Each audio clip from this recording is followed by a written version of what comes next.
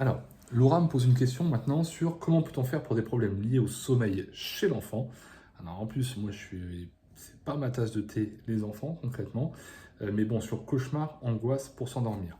Si on utilise au niveau des soins énergétiques, hein, parce que là on parle vraiment de questions liées aux soins énergétiques, déjà c'est de savoir s'il y a un traumatisme X ou Y, ça c'est totalement possible. Ensuite, c'est de voir le lieu. Est-ce que vous pouvez apaiser le lieu, conditionner le lieu d'endormissement? Hein, lorsqu'on fait un soin énergétique et qu'on accueille quelqu'un, on ne le met pas dans un garage à voiture avec le bruit des clés, des ponts et tout ça. Non, on va mettre de la musique, on va essayer d'avoir un endroit calme, avec des odeurs et autres. Donc peut-être que pour l'enfant, ça peut être un axe, proposer une musique relaxante, que le parent soit là temporairement et le rassurer en lui disant que tout va bien se passer. Moi, je sais que, voilà, hein, vous voyez, concret ou placebo, peu importe, je mets toujours une part là-dedans.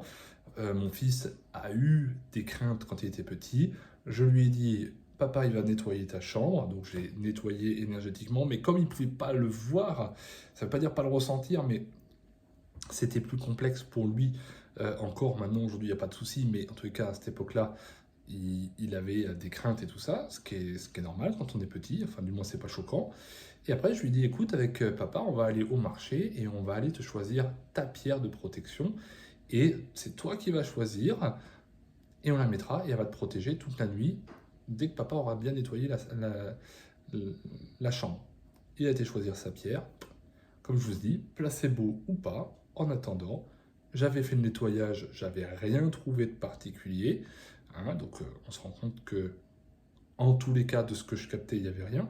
Mais peut-être que ça peut se présenter dans la nuit. Hein, l'invisible, ça on joue pas avec et je relativise énormément sur ce qu'on me dit.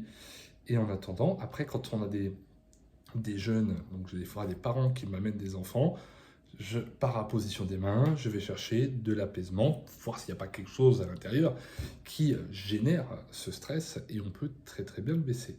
Donc je demande tout simplement à apaiser l'enfant.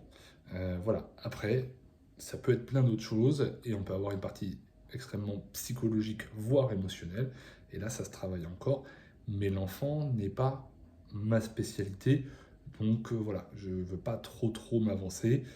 En tous les cas, moi en tant que parent, aujourd'hui et avec mes connaissances, je m'orienterai comme je vous l'ai dit, mais il existe bien d'autres solutions.